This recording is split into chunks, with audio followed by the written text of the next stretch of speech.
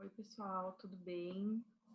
Essa semana a internet da Prof não tá muito legal, mas eu quero tentar gravar essa aula para a gente conversar um pouquinho sobre a aula da semana, tá ok? Vamos lá. A gente trabalhou na semana passada com simetria, né? E na semana anterior a gente teve uma avaliação pelo Google Formulário. Quero deixar um recado importante para vocês. A Prof tem muitos alunos, né? E poucos responderam a avaliação. E a Prof quer deixar um recado, então, para quem ainda não respondeu, que responda, o formulário ainda está aberto, tá?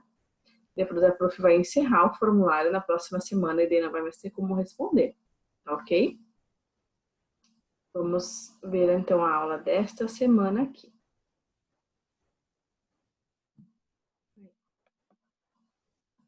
Muito bem. Então, como eu estava falando, a gente trabalhou com simetria na semana anterior, né? E vocês notem que a gente está trabalhando agora, nesse momento, com questões mais voltadas para a compreensão desde as formas geométricas, né? Envolve também questões artísticas e também matemáticas. E a gente começou a observar isso desde quando a gente já estava trabalhando na fotografia, quando a gente observava as formas na fotografia, lembram disso? Quando a gente fotografava as janelas, observando os formatos das coisas, as formas geométricas das coisas na fotografia. Se vocês se recordam, né? Lá no desenho, quando a gente trabalhou na perspectiva, também nós trabalhamos indiretamente as formas geométricas, não é verdade? Quando a gente trabalhou com ponto de fuga, o nosso ponto de fuga nada mais é do que um grande triângulo, né? Quando a gente forma uma estrada. Assim como quando a gente trabalha também na questão da perspectiva, a gente sempre tem que estar utilizando das formas geométricas, das linhas, que nos ajuda muito na composição, não é verdade? Então, a gente trabalhou então com simetria na aula anterior, né? A gente viu então o que é simetria, a gente conversou também um pouquinho sobre o que é assimetria, sobre como a simetria interfere no nosso olhar, em como a gente percebe a beleza, em como a gente percebe o mundo, automaticamente isso dentro da nossa cabeça, do nosso cérebro, certo? Dentro da simetria, a gente também fez várias experiências ali, né, pessoal? A gente também fez os exercícios que a Prof deixou impresso lá na escola para que todos retirem, né? Então, vocês têm que preencher, então, os exercícios sobre simetria e entregar para a Prof lá na escola, combinado? Caso alguém não consiga, pode fotografar e mandar para a Prof, tá? Não tem problema nenhum. Lá nos exercícios sobre simetria, então, a gente muda muito como o nosso cérebro funciona quando a gente trabalha com aqueles exercícios, né? A gente usa diversas áreas do nosso cérebro ao exercitar o olhar da direita para a esquerda, da esquerda para a direita, como a gente teve ali nos nossos gráficos, né?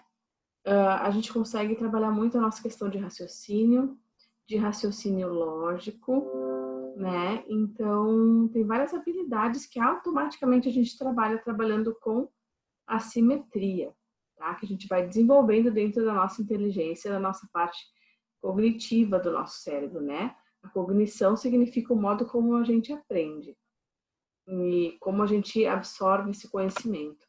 E trabalhando com simetria, trabalhando com todas essas questões que desenvolvem a nossa inteligência, a gente consegue sim melhorar muito, tá? E a Prof, inclusive, colocou um videozinho para vocês, muito interessante sobre a simetria na natureza.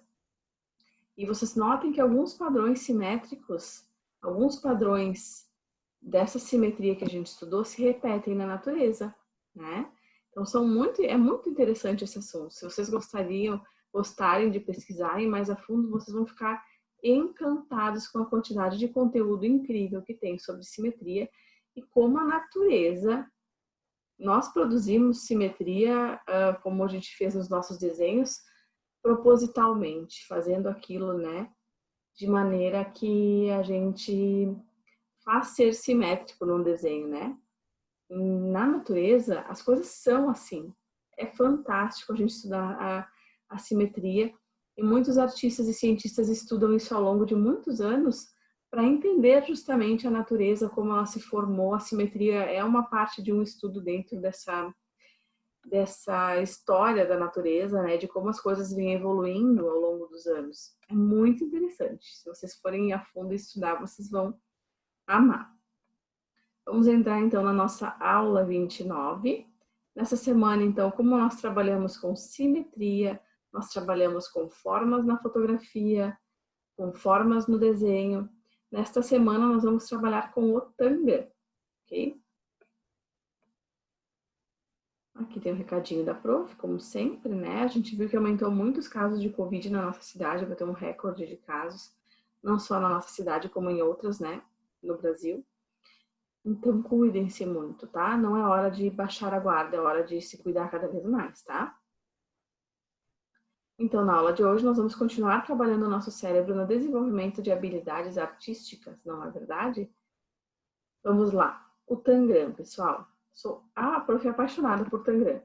Para mim é uma coisa muito fantástica, muito incrível. Ele foi criado na dinastia Song, muito antigo, né? Em 1279. A cultura da China é muito mais antiga do que a nossa, né? Eles são um país com mais de 2.000 anos e pensa a cultura enorme que eles têm, né? Sendo que nós temos muito menos anos de existência cultural do que eles, né? Não só cultural, obviamente, né? Mas nosso país é muito novinho. É como se a China fosse um adulto e nosso país fosse... O país chinês fosse um adulto já, né? Maduro, estudado, evoluído. E como se o nosso país fosse um bebezinho ainda. Né? A gente tem uma cultura muito rica, mas uma cultura muito nova, né? Que ainda está em evolução, em franca evolução, tanto no estabelecimento de valores culturais, do que é importante para essa sociedade brasileira aqui. Lá eles já têm isso muito mais estabelecido, esses valores já são muito mais concretos, né?